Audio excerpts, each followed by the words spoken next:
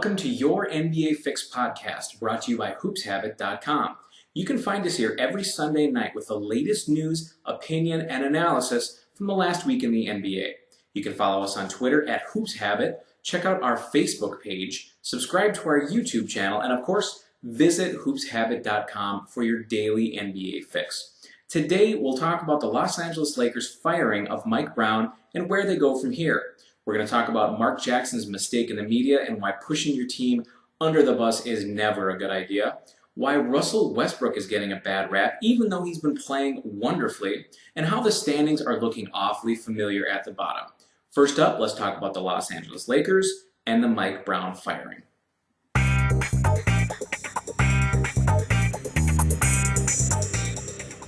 For those of you living under a rock, let me give you the news. Mike Brown was fired as coach of the Los Angeles Lakers after a 1-4 start. Now, he didn't exactly get a fair shake here.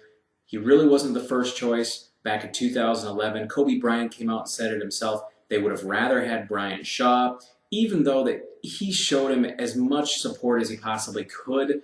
It just wasn't the right fit. Mike Brown is a defensive coach, but for whatever reason, the players stopped listening to him. Once you lose your team and once they stop playing for you, it doesn't matter who's out there, it's not going to work.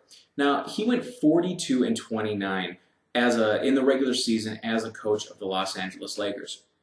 That's not bad by any means, but you have to understand the circumstances. The Lakers aren't the kind of team that want to just sneak into the playoffs. They don't want to have the number 6, number 7, even a number 8 seed to get into the playoffs. They expect to be a top seed, and they expect to compete for an NBA championship. They didn't bring in Steve Nash and Dwight Howard to go 1-4. Now, granted, it's early, and they did not have the kind of health that you would expect for Mike Brown to be able to coach this team. Dwight Howard came in during the last preseason game of the year. Played the first couple of games, started getting healthy. Tonight, he was tremendous. He had 23 points, 18 rebounds, 3 assists, 2 steals, and 3 blocks, looking like the guy that they expected to get, the guy who's going to help them defensively and is a dominant offensive player. Who's going to stop Dwight Howard down there in this NBA? Not too many people can. Now, from here, where are the Lakers going to go? Even though Brian Shaw would be a good name and would be a good hire for them, you got to remember that not only did he win 3 championships with them, but he also coached on a championship team as well. It just doesn't make any sense why they wouldn't contact the Indiana Pacers to try to lure him away. The Pacers would be happy to see Shaw get a head coaching job, even though they don't want to let go of him. But for whatever reason, the Lakers and Shaw just never got together, never could make that connection. The word is, when Jerry Buss started turning ownership over to his sons, they wanted to separate themselves from Phil Jackson. And since Brian Shaw was a Phil Jackson guy, really he was just a victim of circumstance, and that was too bad. Over the offseason, they had some openings in Charlotte and Orlando. Brian Shaw was offered a job, but he turned it down. He did the smart thing because he had a feeling that the Los Angeles Lakers or a better position would open up. Now, he's got to be careful not to get too choosy because they're going to start wondering why does he keep turning us down? And if you keep turning them down, eventually they're going to stop asking. So what realistically can the Lakers do at this point? They've gone after Phil Jackson, and all sources have said that it's Jackson's job to have if he wants it. He's supposed to give an official word to the media on Monday whether or not he's going to accept the job. He's looking for some special circumstance with his restrictions on his travel. Now, does that mean that they're going to have a home coach and a road coach? I mean, that's fully possible, but that just doesn't seem like it would be a great idea. This is a team that doesn't quite understand the triangle offense as a whole. Now, don't forget that Pau Gasol, Kobe Bryant, Metta World Peace, these guys do know what the triangle offense is about, and they would be comfortable picking it back up. But Steve Nash and Dwight Howard, these are 2 extremely important positions when you talk about the triangle offense. There are constant movement, constant ball movement, and player movement. If you don't know what you're doing in that offense, you're going to look silly and you're going to make it look terrible. When it was working at its best back with the Chicago Bulls and Michael Jordan, it was a thing of beauty. The second that the ball got moved, all the players moved in unison to their new places. Now, you might think it's not that hard to understand or not that hard to pick it up, and that the team wouldn't have any problems. But here's the thing. Just like an NFL quarterback who goes to a new location, the verbiage is all different. That's the problem. You don't talk about, okay, you got the point guard, the shooting guard, the small forward, the power forward, the center. There are different names for everything and different terms for everything within the triangle offense that you have to learn. So not only do you have to get that vocabulary down, then you have to understand the plays, then you have to be able to put all those into motion during the pace of play. That's not something that you just pick up right away. There's a reason that these teams practice so much, and there's a reason that the preseason is so long.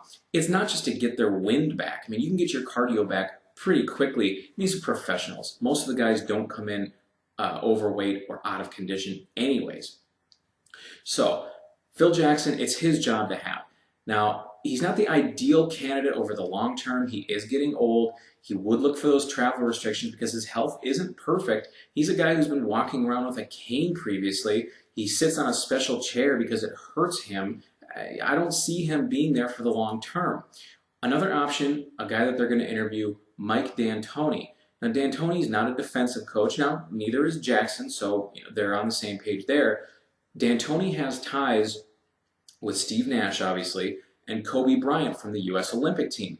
He would be a great fit for that team in my estimation because they're a kind of team that wants to run up and down the court. They're not an old-style NBA type of squad. They're more of a European team where they're going to run up and down. The bigs are talented, can handle the ball, can shoot. It would be a perfect fit for them. Dwight Howard's a guy who can get out and run. He's going to have to be their defensive anchor because there's not a whole lot of defense when you talk about Steve Nash. Even Kobe Bryant at this stage of his career, he's starting to slow down a little bit. Meta World Peace, he's nowhere near the defender he used to be. And Pau Gasol, he's still serviceable. Another name that's been floating around that doesn't make any sense to me is Mike Dunleavy, former coach of the Los Angeles Clippers. I don't know why they're going to interview him. It almost seems like as a courtesy to him, maybe to get his name back into the coaching ranks. I don't know. No talk of Jerry Sloan or Nate McMillan or either of the Van Gundys. These would be coaches that you could look at long term, specifically the Van Gundys and D'Antoni. Sloan, he's old. Jackson, he's old. You can maybe only count on him for a couple of years.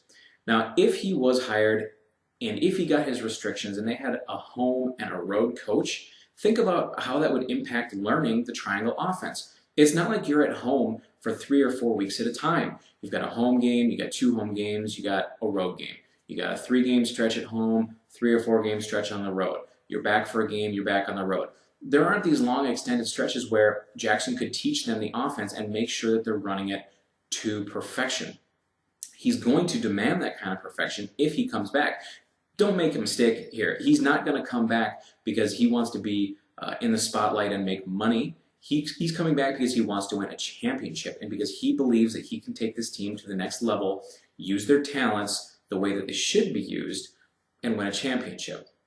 Either way, the Los Angeles Lakers are going to have a new coach in the next few days. They're coming off of another big win tonight. Since losing Mike Brown as their coach, they were 1-4. Now they're 3-4. It's early in the season. They're going to make the playoffs. The question is, who's their coach going to be? Because that's going to impact the kind of offense that they play. Defensively, I don't care who you bring in. You can't make them more athletic. You can't make them younger. And they're not going to improve that much defensively. They can work together better. That's one thing that playing for a coach that they respect and that they're going to listen to, that will really help. The Los Angeles Lakers are going to be fine. Keep an eye, keep an ear open. Tomorrow, Monday morning, you're going to hear about who their new coach is.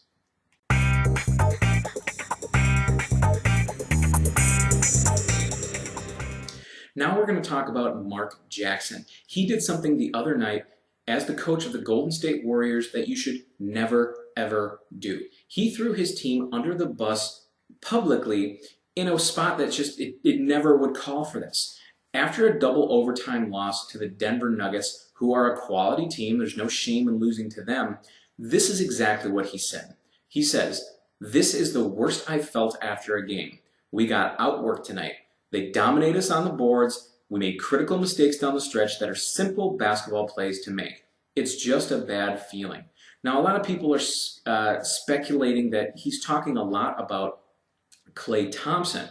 Klay Thompson went 5 for 15 from the three-point line, which is a ton of shots, except when you think about the fact that he played 55 minutes. That's almost 2 full games there for a regular player. So if you're taking 7 or 8 three-pointers a game, yeah, it's a lot, but it's not that much, especially when you consider the Golden State Warriors offense. They jack a ton of threes up. Now, with under a minute and a half to go in the second overtime, the Golden State Warriors were up 101 to 97. Thompson took a three-point shot early in the shot clock. There was about 15 seconds left. Carl Landry actually got the offensive rebound, got fouled, and ended up missing 2 free throws. Now, that part really shouldn't matter, okay? When he took that shot, was it early? Yes. Should they have run some clock down? Yes. But this isn't like football. This isn't where you're going to take a knee and run as much clock out as you possibly can. In basketball, he was almost wanting to play the prevent offense. I mean, is this what Mark Jackson's upset about? That Thompson took, it was a good shot. It was early, but it was still a good shot. And it's a shot that he makes consistently. So why would he not want to take that shot and give his team a better chance to win? Instead, Jackson wants him to sit around, dribble it out, pass it around until there's no time left on the clock and you're throwing up a terrible shot. I just don't understand where Jackson gets off pushing his team under the bus the way that he did. It makes no sense to me. It shows no class. And the fact is, Jackson has gotten a lot of rope as the coach of the Golden State Warriors. He was brought in as a defensive coach. Now, granted, last year they didn't have the kind of personnel to play a really good defensive style, but they were beyond bad. They were horrible defensively. They went out and traded for Andrew Bogut, brought in some veterans to come off the bench in an effort to make this a better defensive team.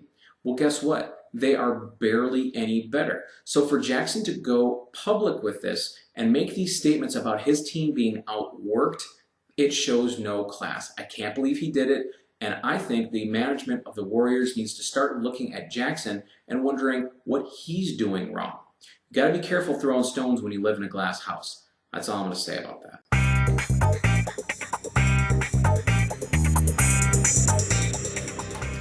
Don't look now, but the Oklahoma City Thunder are 5-2. Don't forget that they lost that first game to the San Antonio Spurs on a last-second shot to Tony Parker. They could very easily be 6-1 at this point. Now, I want to talk about Russell Westbrook, and specifically the fact that when they win, he gets no credit. The credit goes to Kevin Durant. When they lose, it's usually Russell Westbrook's fault for one reason or another. It's just not fair, and I don't know why he gets such a bad rap. The only thing I can say is that as a team, their chemistry has sort of fallen off. Now, with James Harden leaving, he was kind of a glue guy. He's a buffer, somebody that doesn't, make a whole lot of waves, and he was a good in-between Westbrook and Durant. Kevin Martin is there now, and he's playing great. He's averaging 18 points a game. There's no complaints there. Russell Westbrook has been told by his coach to be as aggressive as he possibly can be. Now, you got to understand that if you're going full speed, aggressive all the time, of course you're going to make more mistakes than the guy that sits back and waits for his spots and picks and chooses. That's just going to happen. Tonight, Russell Westbrook went off. 27 points, 6 rebounds, 10 assists, 4 steals. Now, he did have 8 turnovers and 5 personal fouls. Can you overlook those problems if you're going to get that kind of production? The answer is yes. If you're going to get 27, 6, and 10 from him, I don't care if he's got 10 turnovers and he fouls out. As long as the team wins and you're getting that kind of production out of him, he deserves a little bit of credit. All right. If he's going to continue to be aggressive like this, Durant also had a tremendous game tonight. He had 26 points, 8 rebounds. But you got to consider something. They're two different kinds of players. Westbrook is not your typical point guard. Sure, he makes some bad decisions from time to time. When he pulls up for that mid-range jump shot, yeah, maybe he should just continue going to the basket. I'm not saying he should try to dunk over everybody, but when you stop at the mid-range, you don't give that other defender time to come over to help. He can beat just about anybody in the NBA off the dribble. When he beats them off the dribble and he gets to the lane, that other guy is going to come off his man. He's going to have an open shot or an open look to a guy who will have an open shot. Someone like Kevin Martin sitting in the corner, a good three-point shooter who loves to have his feet planted. That's a perfect situation. Now, they're not going to come off of Kevin Durant by any means, but you understand where I'm going with this. Westbrook is the engine for this offense.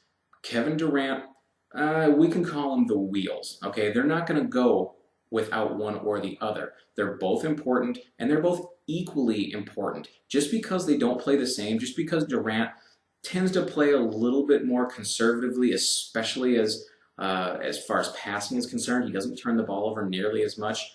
Don't forget the fact that when Durant gets the ball, for the most part, it's going up. He's either going to the basket or he's shooting the ball. At the very least, Westbrook is trying to make some plays for his teammates.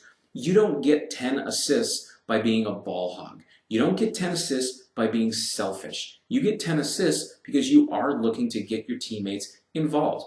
I think because Westbrook is an outspoken young man, a guy that shows his emotions on the court, that he gets a bad rap, and it's extremely unfair. Let's appreciate Westbrook for the fact that he's one of the best young point guards in the entire league. You know, you could even cross out Young. He's one of the best point guards in our league. Let's just appreciate him for that and move on.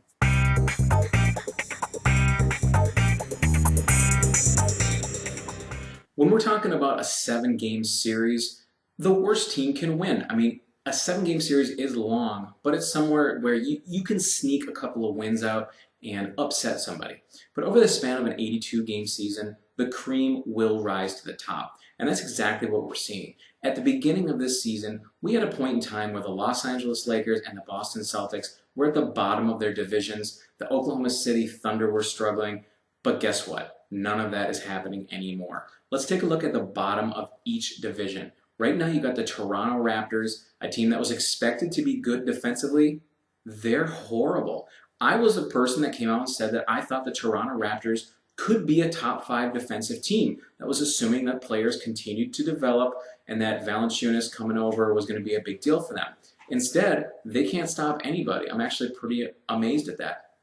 The Detroit Pistons, another shocker. This team's terrible. They're 0-7. They can't shoot. They can't score. They can't rebound. Next to Greg Monroe, their next leading defensive rebounder is the point guard.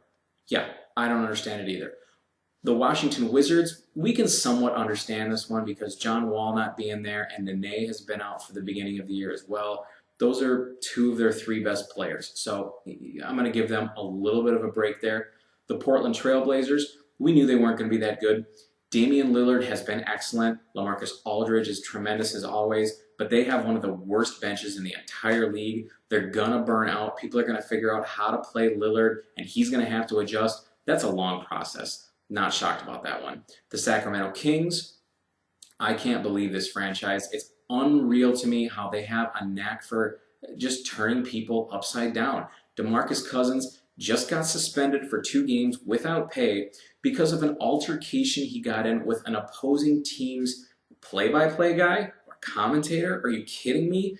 I don't know what they're thinking with that team. You got Thomas Robinson, who was already serving a suspension for elbowing Jerebko from the Pistons. What are they doing out there? They might as well sell the team, get it out of the Maloof's hands, get it into some kind of management that is going to take a more hands-on approach and fix some of these problems. It's embarrassing.